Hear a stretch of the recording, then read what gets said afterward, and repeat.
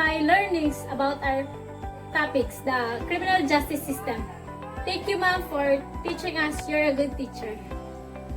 So, the criminal justice system is a machinery wherein it was used by our society to prevent and control crimes.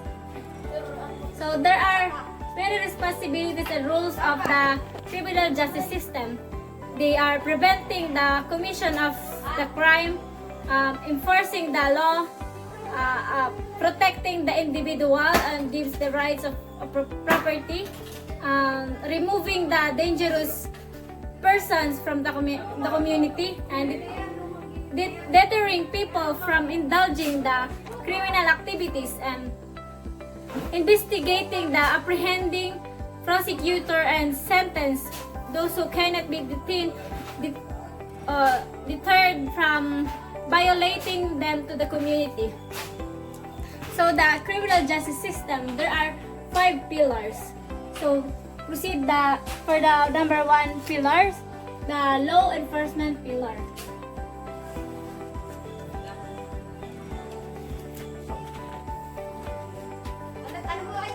The law enforcement pillar. The law enforcement pillar consists of the officers, the NBI, PNP, and other law agencies. They are the one who are protecting the individuals in crimes. They control and prevent the crimes.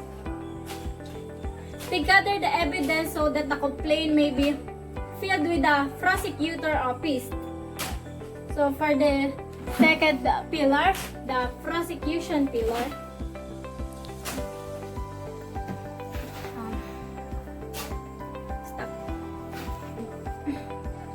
The prosecution. The prosecution is a process whereby the accusations are brought before the court of justice to determine the guilt or innocence of the accused. So the responsible and prosecution is the prosecutor.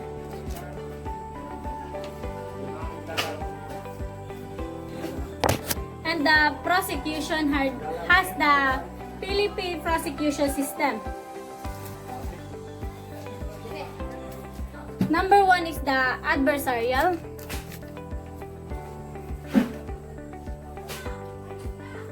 The adversarial is a system of prosecution, otherwise known as accusatorial.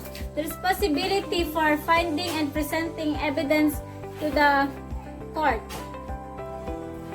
The judge listens to the accusation and determines the applicant's imprisonment and accused. For the next one is the inquisitorial.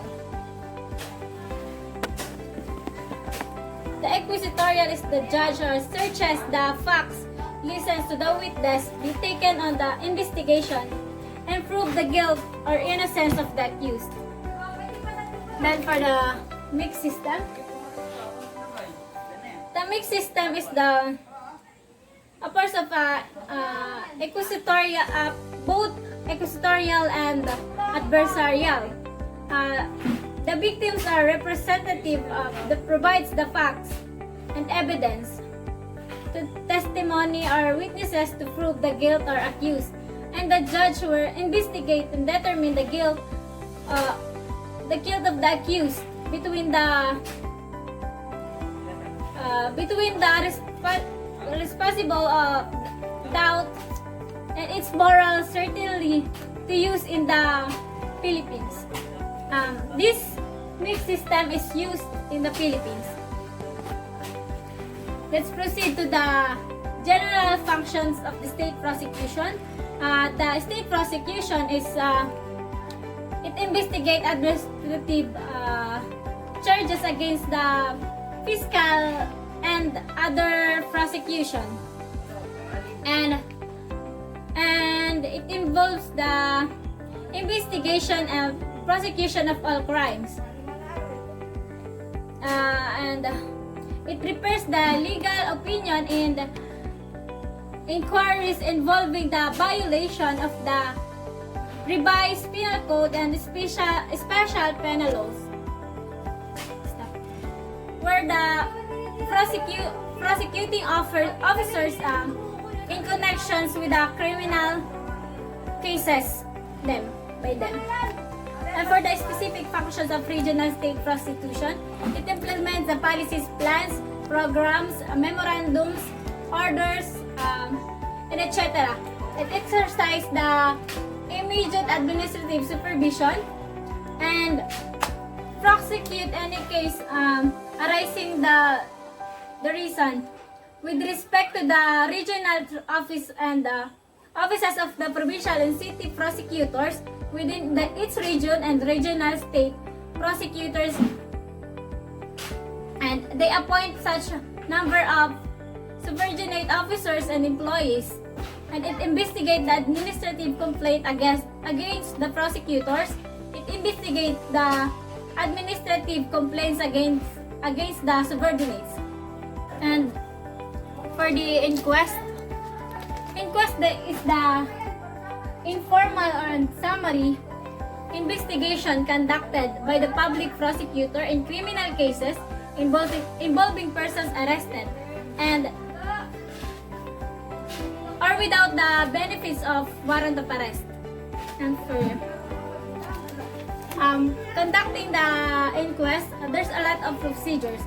Hindi pwede mag-arrest ang isang officers kung wala siyang warrant of arrest or the affidavit of arrest, the investigation report, dahil hindi magiging legal ang paghuli ng isang officer sa isang accused. Next is preliminary investigation. Bago mo mahuli ang isang accused, kinakailangan mag-undergo ka ng preliminary investigation wherein there are 12 hours of fair light offense, the 18 hours for the less grave offenses, and the 36 hours of grave offenses. The next pillar is the court pillar.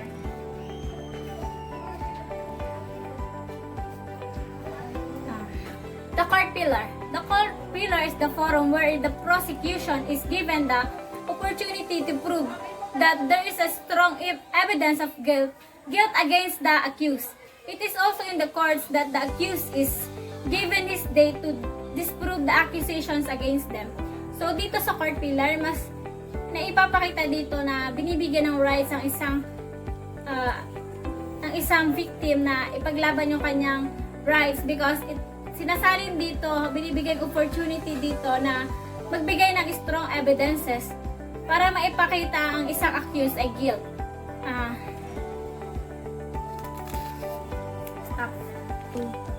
Under the court pillar, there's a court wherein the court is the cornerstone of the Philippines criminal justice, and the responsible on it is the judge. Judge is a public officer named in the commission and appointed to the court.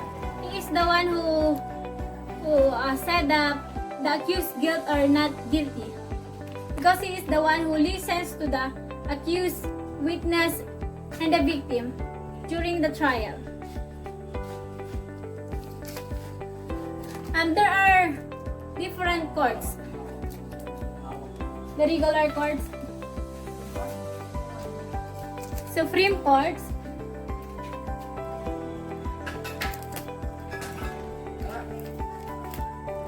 the Regional Trial Court,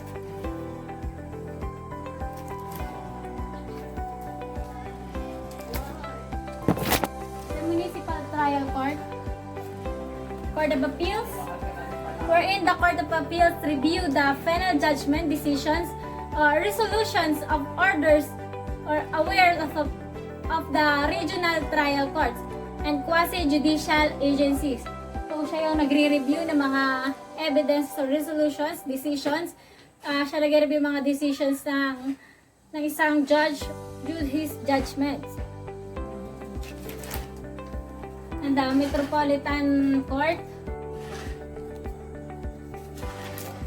and the Municipal Circuit Trial Court. We have the Sandigan Bayan. The Sandigan Bayan is He is the one who decides the criminal civil cases against the government, officials, employees, and accused of the corruption and similar other offenses. We have the special court. The quasi-judicial agency. The quasi-judicial agency is a body or an organ of the government, other than the court and other than legislative, which affects the rights of the private parties through a justification of rulemaking. So, next one is the jurisdiction. The jurisdiction has the authority of the court to hear and try the particular offense and impose the punishment provided by the law. Jury means the law, and deco means I speak by. Next one is the venue, wherein the venue refers to the place, location, or site where the case is to be held on its merits. So, sa venue ginaganap yung isang trial or to the accused.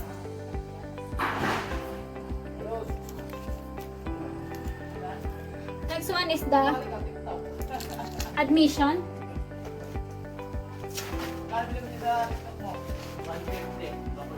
Next one is the admission, wherein the admission is concerns only the specific fact within turn then establish guilt or some element of the offense. Next one is the confession, wherein the confession is the admission of crime itself. The next one is the arraignment. Arraignment is made in the court by the judge or the clerk and giving the copy of the complaint or information about the cases. Next one is the plea.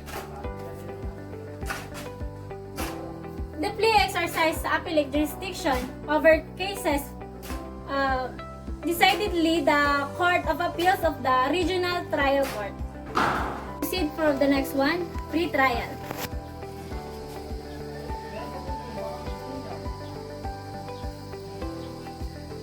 The accused will under the pre-trial, the commence within 30 days after the arraignment. Number one is the plea bargaining, stipulation of the facts, markings and identification of evidence. Number four is modification of order of trial, such as matter that will promote fair and expeditious trial. So, there is one trial, the trial of ordeal, wherein it was practiced before. Isa siyang trial na sa isang boiling of water, ilulublob lang isang accused ang kanyang kamay. If nasaktan siya, it means that the accused are guilty. Then, under the article number 3 of 1987's Constitution, the section 14 and 15. In section 14, an accused is given a right to talk about himself or fight for his right as an individual. Then section 15, section 15 tinutukoy dito binibigyang karapatan ng isang accused na manahimik at hindi magsalita dahil ang mga salitang kanyang ilalabas ay magiging laban sa kanya. Maaaring hintay na lamang niya ang kanyang attorney bago siya magsalita against the case. Republic Act number 7438. This Republic Act is under the rights also of an accused. Then, there's examination. The direct examination wherein the responsible is the public prosecutor. And the redirect examination wherein the responsible is the public prosecutor. And for cross-examination is the responsible is the defense lawyer. And pre-cross-examination is responsible by the defense lawyer. Lastly is the judgment. Any accused will under the judgment wherein dito malalaman if the accused is guilt or not guilty. For the next one, another pillar is the correction pillar. Stop. The next one is the correction pillar. The correction pillar, it takes over once the accused, after the having been found guilty, it's meted out the penalty for the crime committed. The punishments may be in the form of isolations of the conflicts by the imprisonment for the person and down by the convicts or by the courts or in extreme court.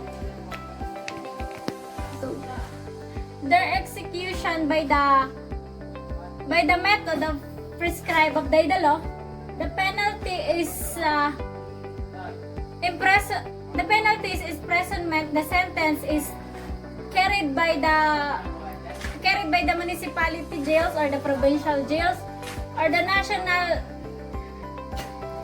jails. Depending on the length of the sentence meted out. Depende sa naging kaso ng isang accused ang kanyang pagdadalhan or ang kanyang magiging jail. The last pillar is the community pillar. Community. The community pillar, siya yung pinakamababang uri ng pillar. Sapagkat dito sa community pillar, dito dinadala yung mga accused wherein it's napakababa niyang kaso. Pinag-uusapan ito sa barangay by the two parties and the barangay officials. Nire-resolve na siya dito at hindi na dinadala sa mas matataas pang courts. To sum it up, the law enforcement controls arrest and booking. Prosecution controls preliminary investigation and filling of information. Controls the arraignment, trial, sentencing, probation, suspension, sentence, and appeal. The corrections, it controls it controls the enhancement in jail, parole, pardon, and the ceasing of sentence. The community representing by the non-government organization and people. Organization contribute to the prevention of crime and delinquency.